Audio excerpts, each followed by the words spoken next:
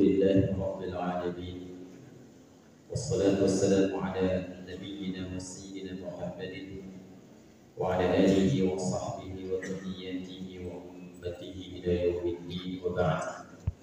فيا عباد الله أحباب الله وأحباب رسوله صلى الله عليه وسلم أوصي نفسي وإياكم بتقوى الله فقد فاز المتقون فلا تموتن إلا وأنتم مسلمون. وقال تعالى يا أيها الذين آمنوا اتقوا الله حق تقاته ولا تموتن إلا وأنتم مسلمون. Jemaah sekalian, alhamdulillah kita diberikan kesempatan hari ini untuk kembali menjalani kehidupan sesuai dengan ajal yang telah Allah tetapkan hingga tiba masa kita untuk kembali kepada Allah Subhanahu wa taala. Alhamdulillah di antara sekian orang yang hidup sampai detik ini kita masih diberikan anugerah oleh Allah untuk menjadi bagian dari hamba yang beriman. Alhamdulillah di antara sekian hamba Allah yang mengatakan dirinya beriman, kita yang diberikan kesempatan untuk membuktikan keimanan kita kepada Allah dengan menunaikan ibadah salat subuh berjamaah di Masjid Nurul Huda ini. Semoga salat yang telah kita tunaikan, zikir yang telah kita sampaikan, doa yang telah kita panjatkan diterima oleh Allah Subhanahu wa taala dengan penerimaan terbaik insyaallah. Saya sering mengingatkan keterangan dan penguat di dalam Al-Quran tentang keutamaan salat subuh, dan ini yang menjadikan Nabi SAW begitu memotivasi para sahabat agar dapat mengoptimalkan penunaian salat subuh ini secara berjamaah, khususnya di masjid. Karena subuh memiliki satu keistimewaan yang langsung disebutkan di dalam Al-Quran dengan lafadznya, dan menjadi satu-satunya sholat di dalam Al-Quran yang disebutkan namanya dengan dua kata. Ada yang disebut dengan fajar, ada yang disebut dengan subuh. Kita ambil contoh Quran surah ke-17 misalnya Al-Isra di ayat 78. Aqimis salata liduluki syamsi ila ghasaqil laili wa qur'anal fajr. Inna qur'anal fajri kana mashhuda. Yang menggunakan kata subuh misalnya kita ambil di Quran surah ke-81 At-Takwir di ayat ke-18 was-subhi idza tanaffas. Dua-duanya istimewa. Di antara keistimewaan yang melekat kepada ibadah di waktu subuh ini, yang pertama, ini mungkin tidak banyak orang menggali kembali, mengaji lagi. Yang pertama, seluruh bacaan yang disampaikan dalam kesempatan fajar subuh itu langsung dipersaksikan oleh Allah dan seluruh malaikat. Ya, nanti ada malaikat kan tugasnya macam-macam.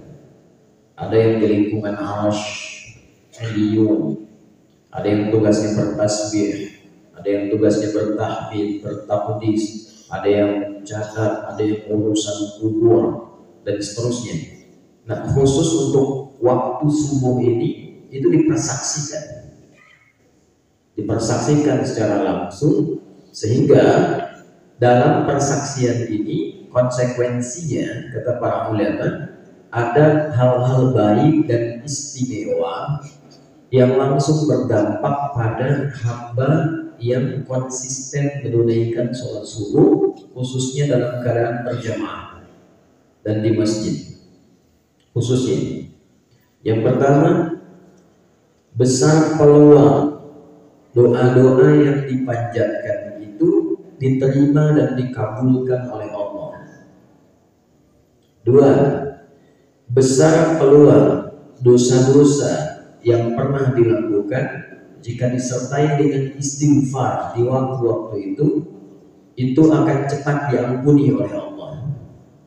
Karena itu ada ayat dalam Al-Quran yang tadi saya bacakan, itu rangkaian ayat tentang bangun tidur sampai dengan beraktivitas ba'da subuh, yang kalau dilakukan setiap waktu sampai dengan kita meninggal, dijaga itu disebut oleh Al-Quran, diisyaratkan sebagai orang takwa, calon penghuni taman surga yang sedang berpetualang di bumi. Jadi ada orang-orang yang disebut golongan takwa sedang beraktivitas di bumi. Mereka itu calon-calon penghuni taman surga.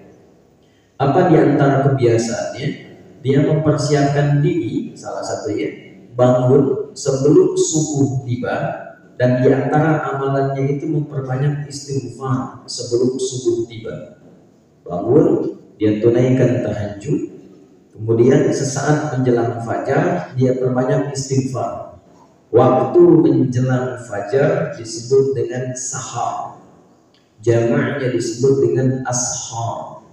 Di ayat 18 di Quran surah ke-51, wa bil ashari hum yastaghfirun. Dan di antara kebiasaan orang soleh ini, menjelang waktu fajar dia banyak beristighfar kepada Allah. Nah, istighfar yang sering dilakukan di waktu fajar itu nanti nilainya sama dengan 4 amalan lain. Ada fadilahnya lagi. Disebutkannya langsung di Quran. Jadi bukan tafsir lagi, bukan tafsir keterangan lagi, tapi ayat bil ayat. Itu ada di Quran surah ketiga Al-Imran di ayat yang ke-17.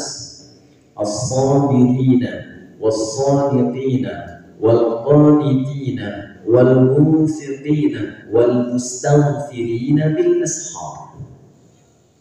Ya, orang-orang yang sabar itu, orang-orang yang membenarkan ajaran agamanya lalu dia mengamalkannya. Jadi bukan mengamalkan kebaikan di kehidupan karena itu baik, bukan, tapi karena Islam memerintahkan itu. Misal Anda bersikap jujur dalam pekerjaan, bukan karena jujur itu baik, bukan, tapi karena Islam memerintahkan kita berbuat jujur. Itu siddiq namanya. Ya, namanya apa? Siddiq. Kita rendah hati, tawadhu, bukan sekedar karena rendah hati itu baik, tapi Al-Quran meminta kita menjadi pribadi yang rendah hati. Ketika kita membenarkan ayatnya, dipraktekkan dalam kehidupan, itu siddiq namanya. Abu Bakar mendapati gelar siddiq karena membenarkan semua apa yang disampaikan Rasulullah SAW, sekalipun banyak orang meragukannya, dan mempraktekkan pembenaran itu. Di saat Abu Jahal nuntun ke atas Jabal Qubais dan meminta untuk mendengar apa yang Nabi sampaikan tentang peristiwa Isra Mi'raj, itu komentar Abu Jahal kan begini, tinggal satu orang lagi. Kalau yang satu ini menolak dakwahnya Muhammad SAW, maka selesailah dakwah Muhammad di lingkup masyarakat pada saat itu. Ternyata tak terduga komentar sahabat Abu Bakar As-Siddiq radhiyallahu ta'ala anhu. Walaupun seorang Muhammad mengatakan di balik bukit ini ada pasukan yang siap menyerang dan itu tidak terbukti hadir mereka kemudian, maka aku tetap akan percaya pada setiap kata dan informasi yang disampaikan oleh beliau. Percaya dan dideklarasikan, dibuktikan. Pembuktian itu kan ada dua, dengan lisan, dengan jawarih, bagian tubuh kita. Nah, ini sholat itu bagian pembuktian iman kita. Dari mana tahunya kita beriman? Sholat. Allah minta buktikan sholat, buktikan puasa, buktikan umrah, haji, baca Quran, infak. Itulah sebabnya kenapa perbuatan-perbuatan ini selalu diawali dengan kata iman. Sholat, alladzina yu'minuna bil ghaib wa yuqimuna shalah. Iman dulu baru sholat. Puasa, ya ayyuhalladzina amanu. Iman dulu, kutiba alaikumus shiyam. Iman dulu. Demikian akhlak juga begitu. Iman itu kan perbuatan hati, amalul qalbi. Buktinya apa? Lewat lisan. Asyhadu an la ilaha illallah wa asyhadu anna Muhammadan Rasulullah. Kita sholat ada keluar di lisan, itu amalan lisan. Nanti niat itu amalan hati. Kata Imam Syafi'i, puncak dari amalan itu 3. Ada amalan qalbu, amalan lisan, amalul jawarih. Karena itulah hadis tentang niat disebut dengan sepertiga ilmu, karena mengajarkan ilmu pokok di dalam hati. Nanti ada ilmu lisan, diantaranya apa? Kalimat-kalimat thayyibah dan adhkar. Di antara zikir yang paling mulia dengan lisan itu yang dilakukan sesaat menjelang subuh. Pahalanya itu sama senilai dengan pahala kesabaran. Jadi orang banyak istighfar itu diberi kekuatan sabar nanti fadilahnya. Yang kedua, punya sifat siddiqin, senang dengan Quran, dengan hadis, dan dia amalkan. Ada orang senang baca, belum tentu bisa paham. Ada orang paham, belum tentu bisa mengamalkan. Nah, ini dituntun untuk mengamalkan sekalipun dia belum paham. Ya, apakah semua orang Islam paham? Kalau bagi waris itu 2:1, mengapa harus 2:1? Kan belum tentu paham. Tapi mau diamalkan, nah itu yang sulit itu. Apa sekian buya, ustaz, kiai yang mengajar itu mampu mengamalkan apa yang disampaikannya? Kalau bukan karena pertolongan Allah itu tidak mudah. Wal qanitin, diberikan kekhusyuan dalam ibadah. Kemudian wal munfiqin, diberi dorongan untuk mau berbagi, berinfak. Nah, itulah keutamaan istighfar di waktu sahar. Saking pentingnya fajar, subuh dipersaksikan, dan kalimatnya itu menggunakan Quran. Ada Al-Quran, ada Quran, berbeda. Kalau Al-Quran maka maknanya terbatas sudah. Ya, ma baina daftaraini, di antara 2 jilid di dalam mushaf ini kalau dibacakan isinya Al-Quran dari Al-Fatihah sampai An-Nas. 114 surah, 30 juz, 6.236 ayat kurang lebih. Ini. Tapi kalau Quran itu punya 2 arti. Satu, bisa mencakup ini Al-Quran. Dari mana dalilnya? Quran surah Al-Qiyamah itu ayat 16 sampai 18. La tuhannik bihi lisanaka lita'jala bihi. Inna 'alaina jam'ahu wa qur'ana fa idza qara'nahu fattabi' qur'ana. Ada yang dimaksud Al-Quran.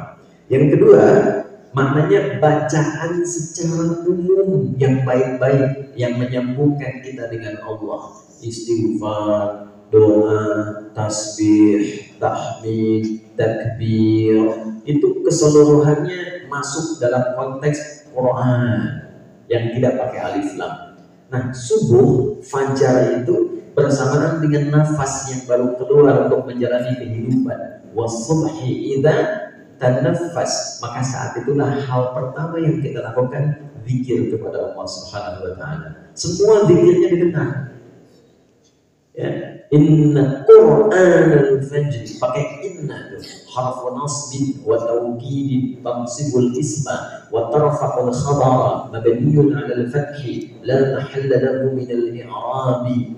Huruf yang berfungsi menguatkan supaya kita tidak ragu pada informasi yang disampaikan. Jadi memahaminya begini, sungguh aku tegaskan, tancapkan pada hatimu yang paling dalam, jangan sekali-kali ragu. Semua bacaan yang disampaikan di waktu fajar itu disaksikan, dijawab, dikabulkan oleh Allah Subhanahu wa taala sepanjang baik untuk dunia dan akhirat kita. Nah, saya ingin katakan, alhamdulillah kita diberikan nikmat menunaikan sholat subuh di waktu fajar itu di masjid ini. Mudah-mudahan kebiasaan ini berlanjut, tidak hanya dalam suasana seperti pengajian saat ini. Jaga, karena ada atau tidaknya ahli hidayah atau pemateri lain yang menyampaikan tausiahnya di masjid ini tidak akan pernah menghilangkan keistimewaan fajar tadi sampai dengan kiamat terjadi. Nah, jadi saya berharap besok, lusa, sampai kapanpun mudah-mudahan Allah memberikan kekuatan pada kita untuk menunaikan sholat ini sehingga mendapatkan fadilah sampai kita kembali pada Allah Subhanahu wa Ta'ala.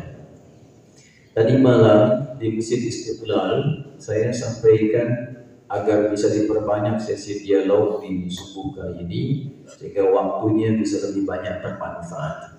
Untuk itu, sambil barangkali menunggu agar lebih mudah dituliskan saja supaya nanti tidak menunggu atau lontar mic atau apa satu dengan yang lainnya. Silakan kalau ada yang mau ditanyakan dituliskan, simpan di depan sambil kita menyesuaikan waktu. Saya berikan menakar sedikit banyaknya. Bapak Ibu sekalian, ini sambil saya tunggu menyempurnakan yang tadi malam. Ada setidaknya 5 amalan. Saya ulangi ya, ada 5 amalan. Yang amal-amal ini itu memiliki keistimewaan bisa menguatkan keimanan seorang muslim. Jadi ketika 5 amal ini dikerjakan, iman kita itu berpotensi semakin kuat. Karena imannya kuat, maka hubungan dengan Allahnya pun semakin kuat. Karena hubungannya dengan Allah semakin kuat, maka dibukakanlah untuknya semua pintu rahmat dan keberkahan di langit dan di bumi. Naik derajatnya. Jadi nanti semakin iman kita bertambah itu derajatnya naik. Dari amana atau amanu jadi yu'minun, dari yu'minun jadi mu'minun, dari mu'minun nanti naik lagi menjadi muttaqun, dari muttaqun jadi naik lagi nanti jadi muhsinun, di tingkat tertingginya. Ya, jadi kalau sudah masuk kategori muhsinun, orang-orang ini selalu beramal soleh dan merasakan dia sedang diawasi oleh Allah. Jadi tidak mengerjakan apapun kecuali dia merasa Allah sedang mengawasinya. Ya, gampang-gampangnya gini, mau minum dia merasa dilihat Allah. Coba Bapak Ibu, dari sekian banyak minum, berapa kali kita merasa bahwa minum kita dilihat Allah? Nah, ini tidak mudah. Nah, ini maksud saya, nanti kita bisa lihat level iman kita di mana. Sampai tidak pada derajat itu. Apa dampaknya? Dampaknya begini, kalau seseorang mengerjakan aktivitas dan merasa dipersaksikan Allah, maka dia tidak akan pernah berbuat maksiat. Terjaga. Nah, ini merasa disaksikan oleh Allah, tak mungkin menyentuh minuman haram. Anda bekerja nih di ladang, merasa dipersaksikan oleh Allah, tidak mungkin mengambil hak yang ada di ladang orang lain. Karena merasa Allah melihat. Itu yang dimaksud dengan sifat ihsan. Di hadis Muslim nomor hadis yang ke-8, "Anta'budallaha ka'annaka tarahu fa in lam takun tarahu fa innahu yarak." Tolong cara menerjemahkannya diperdalam. Kalau baca terjemahan biasa, bunyinya engkau beribadah dengan merasa diperhatikan Allah walaupun kau tak mampu melihatnya secara langsung.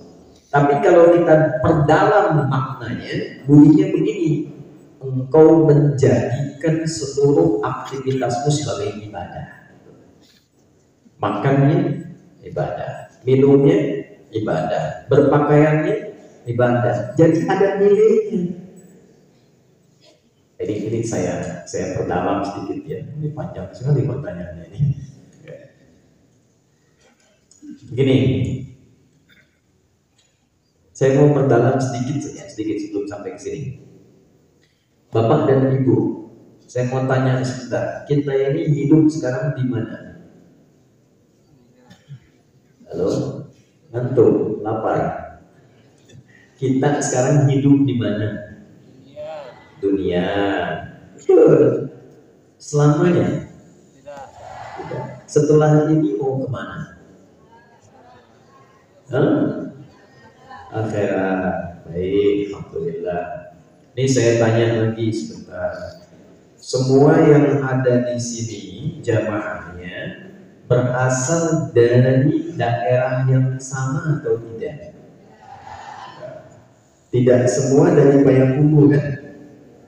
Ada yang dari Bukit Tinggi, mungkin.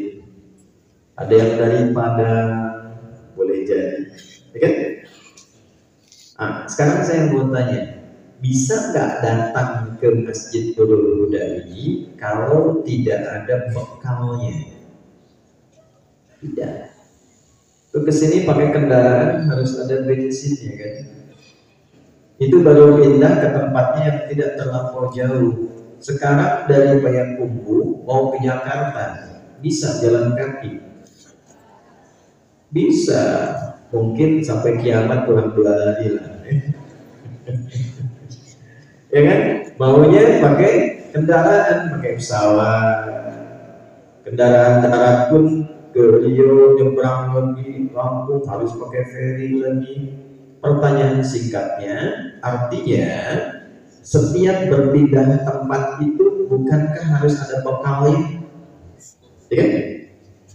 Pertanyaan kedua, kalau pindah tempat itu bekalnya sama atau beda? Ibu sudah bisa jawab sendiri. Mata uang di Indonesia dengan Malaysia sama tidak? Di Amerika beda. Kemudian hukumnya sama tidak? Bisa beda. Bisa beda. Yang berlaku di Malaysia saja dengan yang berlaku di Indonesia itu bisa berbeda hukumnya. Apalagi sampai lebih jauh lagi ke Amerika misalnya, ke Jepang, itu bisa berbeda hukum yang diterapkan sesuai dengan budaya dan karakternya. Itu baru pindah antar tempat di lokal yang sama, namanya dunia. Dunia. Payakumbuh kan bagian dari dunia kan? Payakumbuh, Sumbar. Ini antara dunia indah. Orang Payakumbuh merantau sampai ke Melbourne di Australia misalnya. Sudah beda. Bahasanya langsung pindah ke bahasa Inggris. Walaupun tetap bikin rendang, tapi hukumnya rendang paling enak kan salah satunya Payakumbuh. Ya, walaupun sama-sama bikin rendang, tapi hukum yang berlaku di daerahnya bisa berbeda. Anda bayangkan, pindah ke satu tempat, walaupun sama-sama dunia, hukumnya bisa berbeda. Sekarang mau meninggalkan dunia, pindah. Telah meninggal dunia, maksudnya apa? Meninggalkan dunia, pindah ke tempat baru, ke alam yang baru. Maka logika yang sama berlaku. Butuh bekal tidak? Butuh. Di dalam dunia saja pindah butuh bekal, apalagi meninggalkan dunia. Bekalnya apa? Tadi kan kita sepakat tidak akan selamanya. Dan sering diviralkan bahasanya sekarang, diperdengarkan. Telah meninggal dunia, telah meninggal dunia. Nah itu ditanya balik. Bahasa Qurannya begini. Walladzi khalaqal mauta wal hayata liyabluwakum ayyukum ahsanu amala. Perang Surah 67 di ayat yang kedua. Allah itu menciptakan kematian dan juga proses kehidupan untuk menguji kita yang masih hidup, siapa yang bisa menyiapkan bekal terbaik saat pulang, saat meninggalkan ini. Ini ditinggalkan, pergi ke alam baru, bekalnya apa?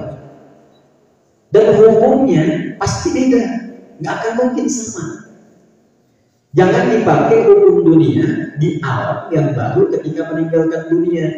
Nah kita bersyukurnya, catat kalimat ini, bersyukurnya menjadi seorang muslim karena kita memiliki kitab suci Al-Quran yang menjelaskan secara sempurna tentang seluruh tempat yang akan kita pijak. Di dunia dijelaskan hukum dunia, meninggalkan dunia disebutkan alamnya ini kubur, pemisahnya barzakh. Ya, afala ya'lamu idza bu'thira ma fil qubur. Tempatnya disebutkan, diisyaratkan. sifat pemisahnya. Lalu kita bersyukur memiliki Nabi yang istimewa, Nabi Muhammad SAW. Nabi diberikan oleh Allah keistimewaan untuk melihat tanda kehidupan dari mulai di bumi sampai ke langit. Subhanalladzi asra bi 'abdihi laila minal masjidil haram ila masjidil aqsa alladzi barakna haulahu. Apa tujuan Isra Mi'raj itu? Linuriyahu min ayatina, untuk membimbing hamba kami Muhammad sallallahu alaihi wasallam supaya ditunjukkan kebesaran kami tentang kehidupan alam semesta. Itu keistimewaan Nabi Muhammad. Dari situ beliau bisa jelaskan kandungan Al-Quran. Nanti ilmunya begini, pekerjaannya begini, kalau Anda dagang begini, kalau berkebun seperti ini, kalau berbisnis begini, di pemerintahan birokrasi begini caranya, di rumah tangga begini. Itulah sebabnya Nabi Muhammad paling komplit keteladanannya, karena semua bagian aspek kehidupan beliau jalani dan memimpin serta teladan di dalamnya. Satu. Karena itu Bapak Ibu silahkan cek di kitab-kitab lain, ada nggak penjelasan tentang alam kubur, pindah dari dunia ke kubur, lengkap dijelaskan antara nikmat dan hukumannya, tentang amal kita yang dikerjakan, datangnya dan wujudnya bagaimana di alam kubur, setelah kubur pindah kemana, situasinya seperti apa, lengkap. Dan tidak mungkin ada manusia bisa membuat keterangan seperti ini kalau dia manusia saja, tak mungkin. Itulah sebabnya ini salah satu bukti bahwa Islam yang kita yakini itu agama yang benar, karena semua keterangan yang terdapat di dalamnya itu tidak mungkin dibuat oleh manusia, mustahil. Ini menunjukkan ada Tuhan yang hak, yaitu Allah Subhanahu wa Ta'ala, karena yang mencipta itu yang paling bisa menerangkan kepada kita tentang seluruh isi ciptaan dan alur kehidupan. Kalau tidak membuat, nggak mungkin bisa cerita. Bapak nih kalau tidak buat papan tulis ini, Bapak nggak akan bisa terangkan apa bahannya, dari mana diambilnya, kualitasnya bagaimana. Jadi ketika di tempat bacaan lain tidak ditemukan keterangan seperti itu, artinya kitab itu boleh jadi diduga bukan bersumber dari keterangan penciptanya. Jelas? Nah, yang mau saya katakan, dari dunia pindah ke kubur, pemisahnya disebut dengan barzakh. Ini waiting room bahasa kerennya sekarang. Ya, waiting room, ruang tunggu sementara. Sempit tidak? Sempit bagi yang tidak punya bekal. Kalau punya bekal jadi luas. Sepi atau ramai? Sepi bagi yang tidak punya amal. Yang punya amal, amal itu berubah nanti jadi sosok yang menemani. Ada sosok ganteng banget, nyapa, ternyata itu sholat yang rutin kita kerjakan. Kan berubah. Kan Nabi sudah sampaikan, cuma jarang dikaji, itu masalahnya. Ya, kan yang ngantar kita itu 3 bagian, yang 2 pulang, yang 1 tinggal. Yang tinggal itu kan amal. Amal itu berubah jadi teman kita saat di alam kubur nanti. Itu yang menemani perasaan-perasaan kita, menenangkan saat kita yang mungkar dan nakir. Dan percaya nanti saat meninggal. Bisa Anda duluan, saya belakangan, bisa. Atau ditukar bisa. Saya belakangan, Anda duluan mungkin ya. Nah, ini akhirat. Ini ujung, ditutup begini. Set. Di sini nggak ada lagi. Tutup, nggak ada tempat, nggak ada keadaan lagi. Itu namanya akhirat, ujung sesuatu yang tidak ada lagi setelah itu ruang. Ujung persis akhirat. Jadi di sini ini cuma 2 pilihannya. Kalau bukan surga, neraka. Nah ini bekalnya apa pindah ke sini? Perlu ada bekal. Kalau tidak disiapkan, nanti pindah ke sini repot. Tapi kalau disiapkan, tenang pulang, karena sudah ada bekal. Kan umumnya begitu. Anda dari Jakarta mau mudik ke Payakumbuh, ada bekal, tenang. Bekal disiapkan, ditelepon ke rumah, saya mau pulang, kapan? Ini yang di rumah siap-siapkan, di chat rumah, karena punya bekal. Tak punya bekal, panik. Waktunya sudah harus pulang, bekal tidak ada. Nah sekarang Ini yang harus kita pahami. Dari sini ke sini bekalnya apa? Ini. Nah, cara memahaminya, Bapak Ibu sekalian, tadi yang saya kembalikan, anta hudallah. Hadis riwayat Imam Muslim. Nomor hadis ke-8. Diambil oleh Imam Nawawi Ad-Dimashqi. Hadis ini jadi pokok dalam berkehidupan, ditempatkan nomor 2 di Al-Arba'in. Anta hudallaha, hendaklah engkau menjadikan seluruh kegiatanmu sebagai ibadah. Hadis ini tafsir dari Quran surah 51 ayat 56. Wa ma khalaqtul jinna wal insa illa liya'budun.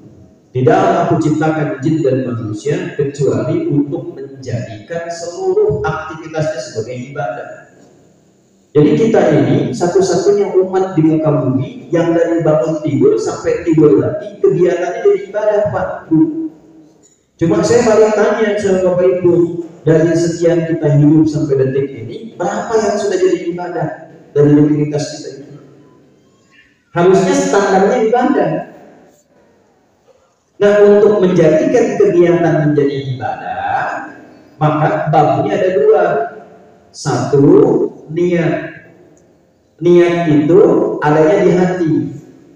Untuk membuktikan ada niat, maka dibimbing oleh Nabi dengan doa, diucapkan di lisan.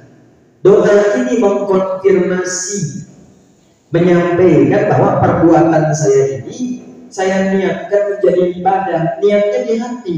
Niat itu bukan amalan lafzi, amalan qalbi. Nanti doa dibimbing lewat lisan mengkonfirmasi bahwa saya berniat menjadikan kegiatan saya jadi ibadah. Itulah sebabnya mengapa semua perbuatan kita itu diiringi dengan doa. Coba bangun tidurlah kita tadi, ada doanya? Ada. Ya. Kalau mau tidur ada doanya? Ada. Sama tidak bangun tidur dengan saat akan tidur doanya? Beda. Tuh. Berpakaian ada doanya kan? Ada. Ini masuk masjid tadi ada doanya? Ada. Keluar masjid sama tidak masuk dengan keluar? Ini ada yang mau ke toilet, masuk toilet ada doanya? Ada. Keluar toilet ada. Masuk toilet kaki apa? Kiri. Keluar kanan. Masuk masjid kanan. Keluar semua ada doa. Nah, doa itu secara otomatis merubah rutinitas